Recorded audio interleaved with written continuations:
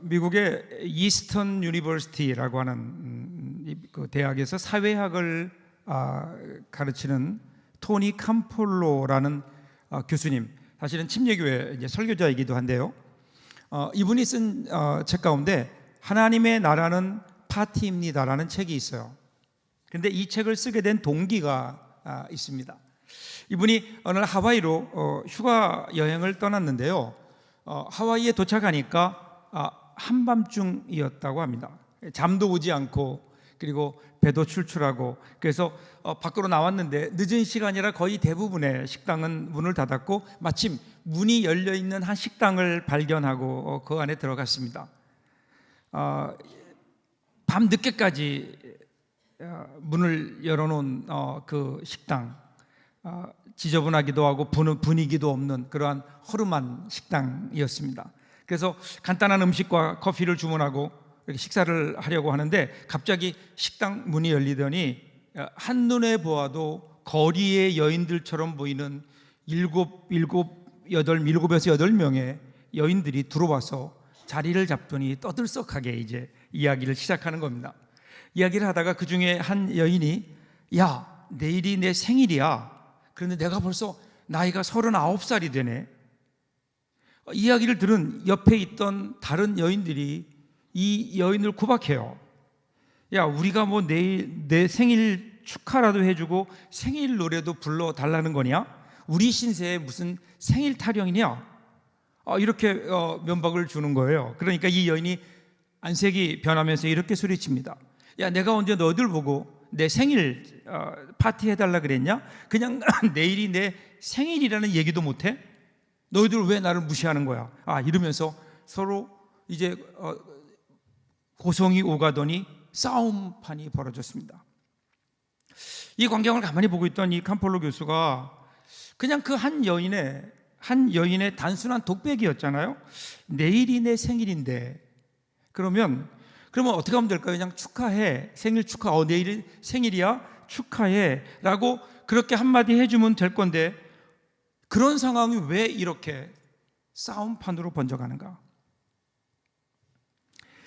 결론은 명백했습니다. 이 여인들의 내면에 깊이 자리 잡고 있는 상처들 때문에 단순하게 생일 축하 한마디도 건넬 수 없는 닫혀진 마음, 그 마음을 가지고 살았기 때문에 사실은 서로 축하하고 축하받는 생일 잔치가, 생일 파티가 열릴 수도 있었는데 그것이 한순간에 싸움판으로 바뀌어버린 거예요.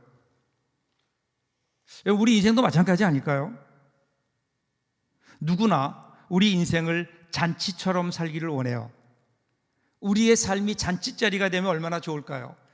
그런데 막상 살아보면 잔치자리였으면 좋겠을 우리의 인생이 싸움판으로, 아수라장으로 변할 때가 너무 많이 있죠. 왜 그럴까요? 어떻게 우리는 우리의 삶을 잔치하는 것처럼 그렇게 살 수 있을까? 오늘 성경을 보면 오늘 본문에도 이 잔치에 관한 내용이 나옵니다. 자, 우리가 마가복음을 지금 읽고 있어요. 마가복음 6장을 보면 마가복음 6장은요 여러 개의 이야기가 이렇게 같이 나와요.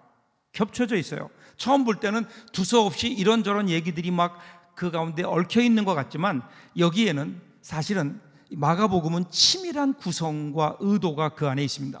자, 처음 이야기는요 1절부터 6절에 나오는 이야기인데, 예수님이 고향을 방문하세요. 고향을 방문했는데 그런데 사람들이 예수를 배척했고 그 결과 거기에는 아무런 예수님의 역사가 일어나지 않아요.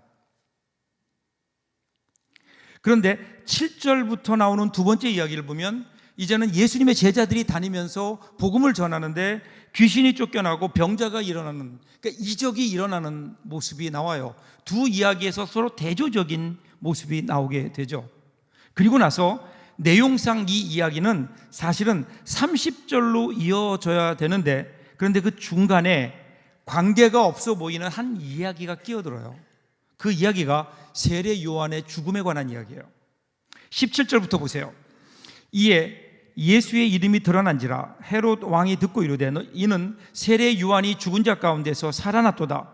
그러므로 이런 능력이 그 속에서 일어나느니라 하고, 자, 병자를 고치시고 이적을 행하시는 이러한 예수님의 모습이 헤롯의 귀에 들린 거예요.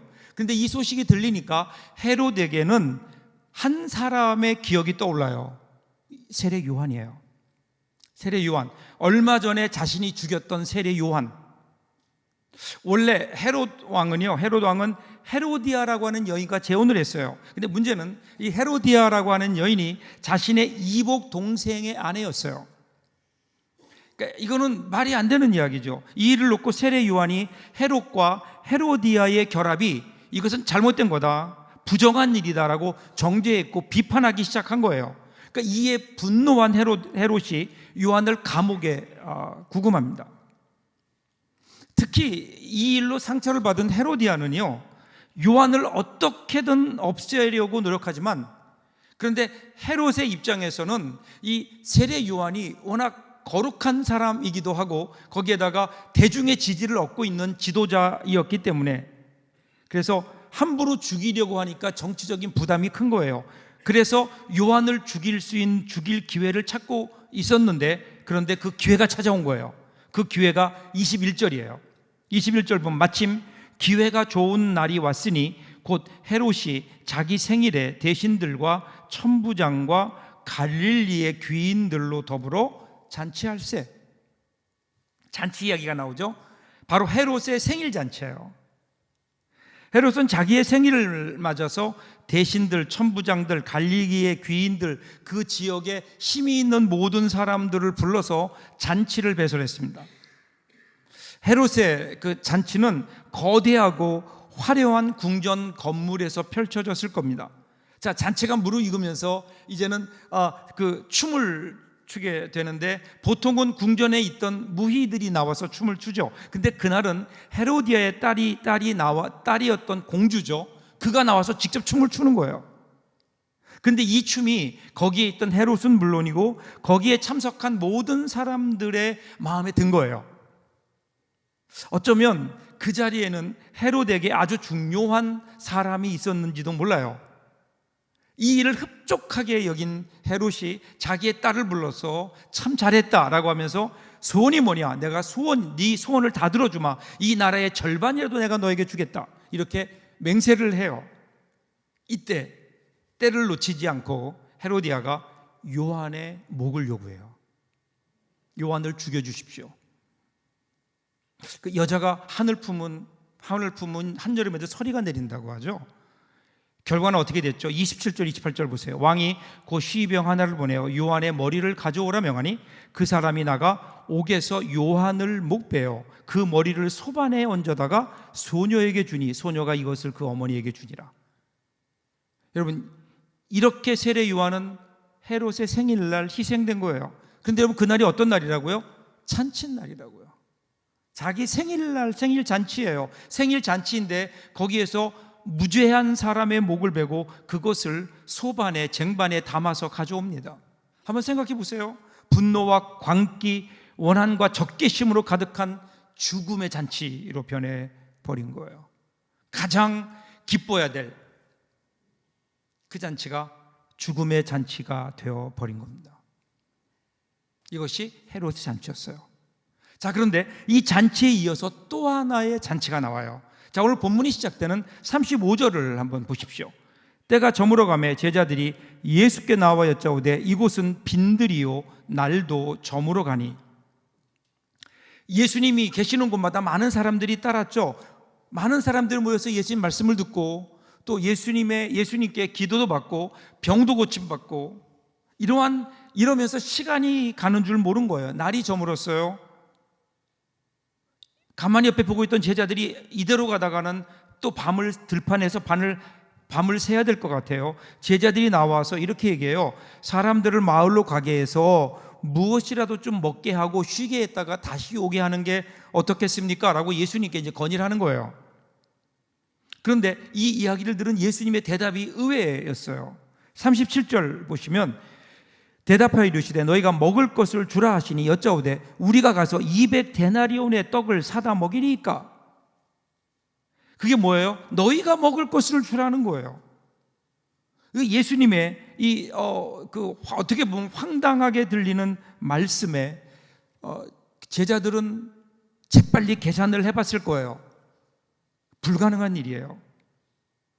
그 많은 음식을 구할 수도 없거니와 설사 음식이 있다고 해도 이 많은 사람들에게 음식을 조금씩 나누어 주어도 당장 계산기 두들겨 보면 200데나리온, 한 데나리온이 한 사람의 그 당시의 노동자 일당이니까 오늘로 말하면 200일 동안에 거의 반년이 넘는 연봉에 가까운 돈이 필요한 거예요. 그런데 지금 우리가 그 돈이 어디에 있습니까? 이 얘기예요. 예수님은 너희가 주어라 그러는데 제자들은 불가능합니다. 이건 미션 임파서블이에요. 할 수 있는 일이 아니에요. 자, 그런데 예수님께서는 왜 너희가 먹을 것을 주라 이렇게 말씀하셨을까? 그럼 그 위로 조금 한 절 올라가면 34절이에요. 예수께서 나오사 큰 무리를 보시고 그 목자 없는 양 같음으로 인하여 불쌍히 여기사 이에 여러 가지로 가르치시더라. 여기에서 목자 없는 양 같다 이 말은요, 모세가 광야에서 이스라엘 백성을 위해 후계자 여호수아를 세울 때 사용한 표현이에요. 그러니까 이 표현은 구약에 보면 하나님과 이스라엘 백성의 언약 관계를 설명할 때 사용되는 거예요. 그러니까 목자 없는 양이란 뭘까요? 하나님 없는 인생이에요. 하나님 없는 인생. 목자 없는 양은 알아서 길을 찾지도 못해요. 스스로 보호할 능력도 없어요. 만일에 이 양에게 목자가 없다면 그럼 죽은 목숨이에요. 그다음에 이스라엘 백성들을 보시는데 예수님의 마음이 어땠다고요? 목자 없는 양과 같았다고요. 예수님 마음속에 일어나는 예수님의 그들을 향한 그 마음, 이것을 오늘 성경은 불쌍히 여겼다 이렇게 얘기해요. 불쌍히 여기다. 이 말을 다른 말로 표현하면 긍휼이라고 해요. 긍휼. 영어로는 compassion이라고 얘기하는데 이 compassion의 뜻이 뭔가 하면요, 함께 고통받는다는 거예요. 그러니까 불쌍히 여겼다 이 말은 고통하는 자리에 깊이 들어가 그 사람과 함께 고통을 나눈다, 고통을 당한다 그런 뜻이에요. 여러분, 여기서 불쌍히 여긴다고 하는 것은 단순히 어떤 감성적인 연민이 아니에요. 연민은 측은히 여기는 감정이죠. 근데 우리가 연민이라고 하는 것은요, 그저 타인의 아픔을 객관적인 차원에서 바라보는 거예요. 연민은 그 사람과 함께 고통을 나누는 게 아니에요. 그런 이 연민이 아니라 예수님의 이 불쌍히 여김은 공감이에요. 공감은 뭘까요? 공감은요, 상대방이 되는 거예요. 상대방이 되는 거예요. 그 고통에 내가 함께 하는 거예요. 여러분, 이 세상에서 제일 매운 고추가 뭐라 그랬죠? 이 세상에서 제일 매운 고추는요, 태양초 고추도 아니고요, 태국 고추도 아니고요, 내 눈에 들어간 고추예요. 공감이 이와 같은 거예요. 우리 눈에 들어온 고추처럼 내가 하나가 되고 맺고 아픔을 함께 느끼는 거예요. 이것이 여러분 하나님의 사랑이고 긍휼히 여기심 아니에요? 그래서 여러분, 성경에 나오는 복음, 요한복음 3장 16절, 하나님이 세상을 이처럼 사랑하사, 그 다음 뭐죠? 독생자 예수를 보내주신 거예요. 하나님께서 인간의 몸을 입고 우리 가운데 오신 거예요. 공감하신 거예요. 그로 말미암아 되어진 결과가 뭐예요? 우리의 구원이라고요. 그러니까 하나님의 사랑은 언제나 위에서 우리를 바라보시며 안 됐다, 연민의 감정이 아니라 불쌍히 여기심으로 우리 가운데 오셔서 우리와 고통을 같이 하시고 우리가 살고 있는 삶의 환경에 우리의 고난에 동참하시는, 그래서 인간의 몸을 입고 이 땅에 오셨다고요. 그 예수님께서 지금 그들을 불쌍히 여기시는 거예요. 그들이 방황하는 모습을 보며 안타까이 여기세요. 그래서 예수님께서 다시 말씀하세요. 38절 보세요. 이르시되 너희에게 떡 몇 개가 있는지 가서 보라 하시니 알아보고 이르되 떡 5개와 물고기 2마리가 있더이다 거늘. 예수님께 다시 말씀하세요. 야, 너희에게 무엇이 있는가를 봐라. 그랬더니 뭐가 있어요? 오병이어가 있어요. 떡 5개와 물고기 2마리가 있어요. 이게 참 재미있는 해프닝이에요. 그 당시에 1세기의 유대인들의 기록을 보면 물고기 2마리, 보리떡 5개, 이것은요 한 소년이 먹을 수 있는 식사의 양이에요. 그리고 그 당시에 유대인들은 길을 떠날 때, 자기가 집에서 길을 떠나올 때 도시락으로 가지고 다녔던 것들이에요. 가장 기본적인 식사. 그래서 요한복음 6장 9절을 보시면 여기 한 아이가 있어 보리떡 5개와 물고기 2마리를 가지고 있나이다. 그러나 이것이 이 많은 사람에게 얼마나 되겠사옵나이까. 여러분 짐작해 보면요, 이 어린아이 말고도 이런 도시락을 가져온 사람들이 있지 않았을까요? 거기에 장정만 5천 명, 그러니까 2만 명에 가까운 사람들이 모였는데 그 어린아이처럼 도시락을 준비한 사람들이 분명히 더 있었을 거예요. 그런데 이 사람들은 내놓지 않은 거예요. 이유가 뭘까요? 나도 먹어야 되고, 내 거니까 나도 먹어야 되고, 그리고 내가 내어놓는다고, 이거 하나 내어놓는다고 이 많은 사람들에게 무슨 소용이 있을까? 그런 마음 때문에 어쩌면 안 내놓은 사람도 있었을 거예요. 그런데 이 소녀는 예수님의 말씀에 순종해서 예수님께서 쓰시겠다고 하니까 자기의 도시락을 아낌없이 내놓았고, 이 어린아이는요 그곳에서 일평생 잊지 못할 하나님의 능력을 경험하는 거예요. 여러분 지금 예수님께서 지금 요구하시는 게 뭘까요? 많은 걸 요구하지 않았잖아요. 너희가 가서 2만 명에 가까운 사람을 다 먹여라 그러지 않았다고요. 너희가 가지고 있는 것이 무엇이냐라는 걸 물었어요. 그리고 그들이 가지고 있는 게 뭐예요? 내놓은 것이 어린아이가 도시락으로 가지고 다니는 정도의 양식이에요. 특별한 게 아니에요. 지금 이 어린아이가 드리는 게 무슨 과도한 헌신이 아니에요. 할 수 없는 일을 시킨 게 아니에요. 그런데 그것이 예수님의 손에 드려지니까 장정만 5천 명이 먹고도 12광주리가 남는 역사가 있는 거예요. 여러분 성경은 어떻게 이 기적이 일어나는지 과정은 설명하지 않아요. 그것을 띄워줬더니 2배로 늘어났다 이런 기록이 없어요. 성경은 여기에 대해서 침묵하고 있다고요. 왜 그럴까요? 신비해요. 그건 예수님의 손에 들려졌을 때 일어나는 일이에요. 우리가 추측할 수 없는 신비의 영역인 거예요. 자, 그렇다면 저는 오늘 여러분에게 진지하게 묻고 싶어요. 오늘 이 오병이의 기적이 오늘 우리에게도 여러분 일어날 수 있다고 여러분 믿으십니까? 저는 믿어요. 정말 믿어요. 그렇다면 그 기적이 어떻게 이루어지는 걸까요? 여러분 우리가 사실은요 기적을 공식화할 수는 없어요. 그런데 한 가지 확실한 거 있어요. 그것은 뭐냐면 지금 주님이 원하시는 그것을 주님이 원하시는 때에 우리가 드릴 수 있다면 거기에 지금도 오병이어의 기적이 일어날 수 있다고 저는 분명히 믿습니다. 그런데 우리는요 자꾸만 이 일을 보면서 다른 생각해요. 내가 이거 드린다고, 이 조그만 거 드린다고 뭐가 달라질까? 이거는 나에게도 필요한 건데. 그러다 보니까 어떻게 돼요? 나중에 내가 좀 돈을 벌면, 부자가 되면, 나중에 내가 좀 여유로워지면, 나중에 내가 힘이 생기면, 그러면 그때 하겠다. 그러니까 오늘 우리 가운데 기적이 일어나지 않는 거 아닐까요? 주님이 원하시는 건 뭐예요? 지금이에요. 지금 네가 가진 것이 무엇이냐? 주님께서 보라고 하시는 거예요. 우리가 가지고 있는 것이 내가 가지고 있으면 그 별거 없어요. 내가 가지고 있으면 여러분 그것 가지고 뭐 하겠냐고, 오병이어 가지고. 그런데 만일에 그것이 주님의 손에 들려진다면 그것은 이야기가 다르잖아요. 내가 가지고 있기보다 주님의 손에 들려드릴 수 있는 믿음이 우리에게 있다면. 지금 우리 사순절을 지나고 있어요. 오병이어를 드렸던, 자신의 식사 한 끼를 드렸던 그 어린 소년의 헌신. 이번 여러분 사순절 기간 동안에 우리도 그걸 실천해 보면 어떨까요? 어려운 이웃이 있음을 기억하며 굶고 있는 다른 이웃들이 있음을 기억하며 내가 한 끼 식사를 금식하고 그것을 그들을 위하여 주님 앞에 내어놓을 수 있다면, 주님의 손에 올려드릴 수 있다면, 저는 여러분 이번 사순절에도 우리는 이 오병이의 기적을 경험할 수 있지 않을까요?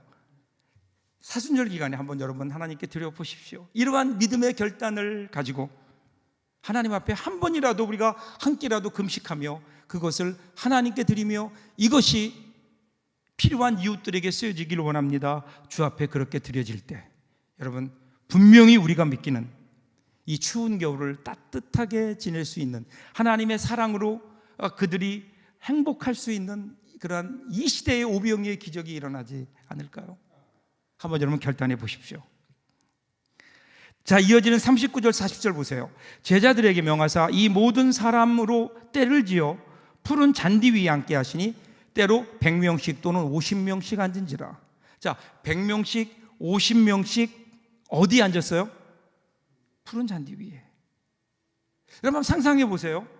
뭐가 생각나시나요? 이전에 이들이 누구였어요? 목자 없는 양같이 헤매이던 사람이에요. 그런데 여호와는 나의 목자시니 내게 부족함이 없으리로다. 그 다음 뭐죠? 그가 나를 푸른 초장에 누이시며. 예수님께서 그들을 이렇게 인도하신 거 아닐까요? 푸른 초장, 맑은 시냇강. 주님은 그래서 그들을 하나님의 사람으로 만드신 거예요. 공동체로 만들어 가신 거예요. 그냥 흩어져 있는 무리들이 아니에요. 하나님의 사람, 공동체로 만들어 가신 거예요. 여러분, 공동체가 뭘까요? 공동체는요, 모든 사람이 자기 중심이라고 하는 그늘에서 빠져나와 서로를 향한 참된 사랑의 빛 속으로 들어가는 거예요. 그래서 공동체에 속한 사람들은 서로의 말에 귀를 기울이고 서로에게 관심을 갖고 서로 함께 느끼고 괴로워하고 서로의 필요에 응답하는 거예요. 예수님은 단지 그들에게 그냥 한 끼 먹이는 것, 그것이 예수님의 목적이 아니었다고요. 서로를 발견하게 하는 거예요. 푸른 풀밭 위에 앉아 소박한 음식을 함께 나누었던 그 사람들, 그 모임들, 이것이 하나님께서 오늘 우리에게 주시는 은혜의 자리가 아닐까. 자, 그래서 어떻게 됐나요? 결과 보세요. 42절부터 보세요. 다 배불리 먹고 남은 떡 조각과 물고기를 12바구니에 차게 거두었으며 떡을 먹은 남자는 5,000명이었더라. 어떻게 됐어요? 결과적으로 배불리 먹고 함께 나누고 그랬는데도 12광주리가 가득 차요. 여러분, 좀 재미있는 것은요, 헤롯의 왕궁 잔치에도 이 광주리, 이것보단 작은 소반이라는 게 등장하잖아요. 이 소반이 어디에 사용됐죠?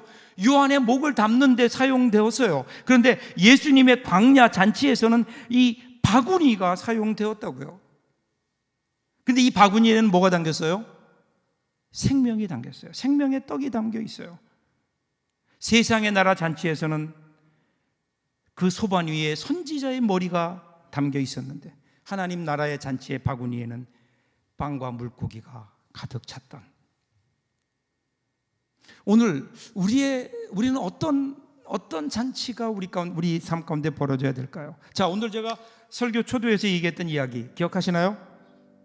그 이야기가 어떻게 끝났을까요? 식당 주인의 만류로 이제 한바탕 거리의 여인들의 소란이 끝나고 이들이 식당을 나가요. 가만히 보고 있던 캄폴로 교수가 물어요. 저들이 매일 여기에 오느냐고. 그랬더니 매일 이 시간 되면 어김없이 그들이 온대요. 이 사실을 안 캄폴로 교수가 식당 주인에게 제안을 해요.